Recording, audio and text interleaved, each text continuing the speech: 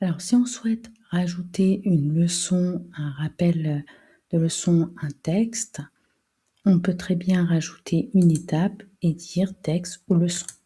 Et là, on va se retrouver avec quelque chose de vide et qu'on n'a plus qu'à remplir en mettant le titre de sa leçon.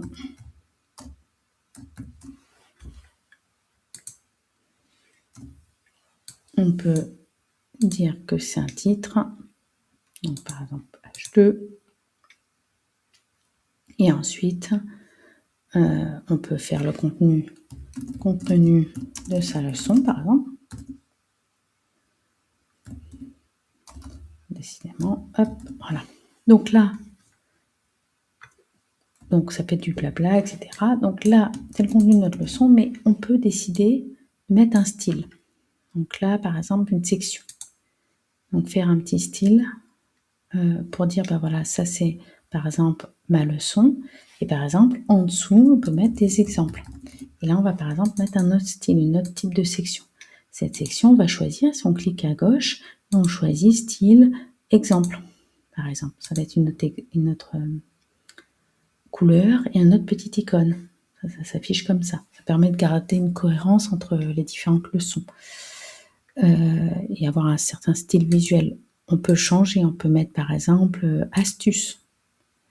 Ou alors pour tout ce qui est exception aussi, par exemple exception, voilà, ici, en rouge. Donc voilà, ça c'est pour un peu des styles visuels. Bon, sachant qu'on peut faire les styles visuels, comment dire, ici avec l'éditeur, hein, on peut mettre en gras, italique, souligner, changer la couleur du texte.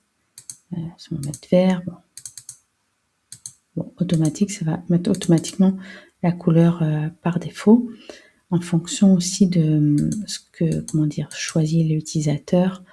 Le mieux, c'est en général les automatiques, hein, parce que les utilisateurs peuvent choisir un fond clair ou un fond foncé. Donc c'est pour ça qu'il y a automatique, parce que ça dépendra du fond de la personne. On peut aussi choisir la couleur de fond, par exemple, si on veut surligner, là, voilà, en jaune, par exemple. Et on peut choisir la taille. Ah, si c'est grand, plus ou moins grand. On peut choisir aussi la police. Si par exemple on veut que ça soit écrit en cursive, on va enlever ça. Ou si on veut forcer par exemple la police open dyslexique. Pour certains exemples, ça peut être utile. Bon, sachant que là aussi c'est configurable et paramétrable par les élèves et les enseignants. Donc normalement, s'ils veulent avoir la police dyslexique de partout, ils peuvent le paramétrer. Donc ça, c'est vraiment pour certains cas particuliers. Donc ce qui est plus utile, c'est par exemple si on veut faire un exercice de police cursive. Par exemple, on associe une police cursive, l'écriture d'un mot en police cursive et classique. Qu'est-ce que je pourrais vous dire d'autre? Donc on peut facilement rajouter des images. Donc admettons qu'on veut rajouter un ananas, on met ananas, hop, et on clique dessus. Donc soit on clique, ça le met pile là où il y avait le curseur, soit on glisse déposer et on va là où on veut le mettre. Voilà, l'image. Et après, il suffit de sectionner l'image et de cliquer sur supprimer si on veut l'enlever. Voilà. On a aussi ici des composants, deuxième onglet. Et donc, on peut rajouter une vidéo. Là, il faut mettre le lien YouTube. On va rajouter donc des sections comme je l'ai montré. Bon, ça, les zones de réponse, ça c'est plutôt quand on fait les quiz.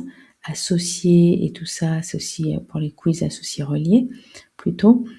On peut rajouter par exemple une horloge, si on veut faire un exercice d'horloge. Et là, on peut choisir l'heure qu'il est.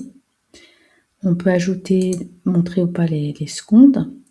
Et on peut mettre horloge, choisir le type d'horloge. Alors, soit l'horloge avec l'écriture romaine, mais ça peut être aussi l'horloge analogique, numérique, je veux dire, comme ça, etc. Enfin bref, on paramètre comme ça nous chante, et si on ne veut plus, on supprime. On peut mettre aussi une timeline, c'est-à-dire une frise. Donc, par exemple, si on veut mettre des événements avec des dates,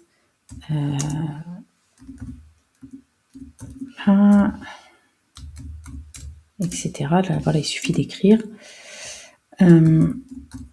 etc.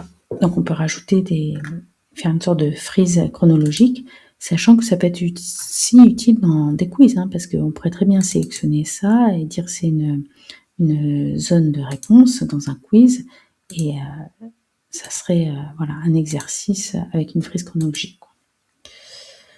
Et on peut mettre aussi, donc ça je peux le sélectionner et le supprimer, hein, si je veux plus la frise finalement. Et on peut aussi mettre, bon, je vais enlever aussi l'ananas, on peut mettre aussi par exemple un tableau. Si on veut mettre des informations, voilà, dans un tableau, donc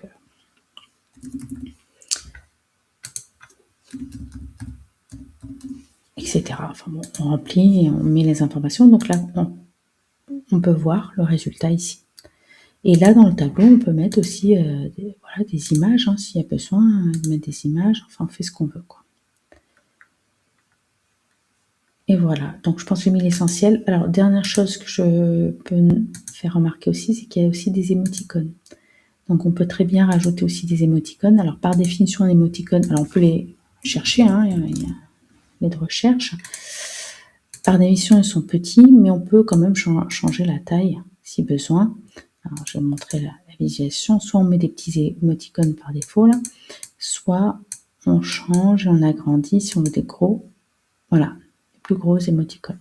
Par exemple, on va en mettre un là.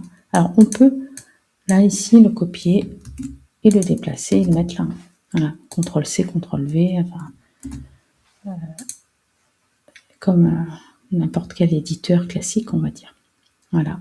Et là, ici, quand on est dans une section, on peut facilement aussi, le texte, là, décider comment il est aligné. S'il est centré ou si, par exemple, s'il est tout calé à gauche. Les sections permettent de choisir l'alignement. Là, ici, par exemple, si je veux aligner le titre de la leçon, si je veux le mettre à gauche, en fait, je fais une section. Donc, je fais une section, alors autour de ça plutôt, c'est mieux. Je vais supprimer celle-là.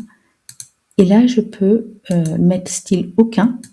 Donc, on ne voit plus la section. Et par contre, là, je vais pouvoir dire, je vais le mettre à gauche. Voilà. Donc, ça va s'afficher à gauche. Ou justifier, ou à droite. Enfin, bref. Donc là, en fonction de ce qu'on a besoin de faire. Et voilà. Et il faut penser, à chaque fois qu'on fait un quiz ou une leçon, de cliquer sur enregistrer. Et ensuite, on peut tester tout le quiz ou la leçon en cliquant sur tester.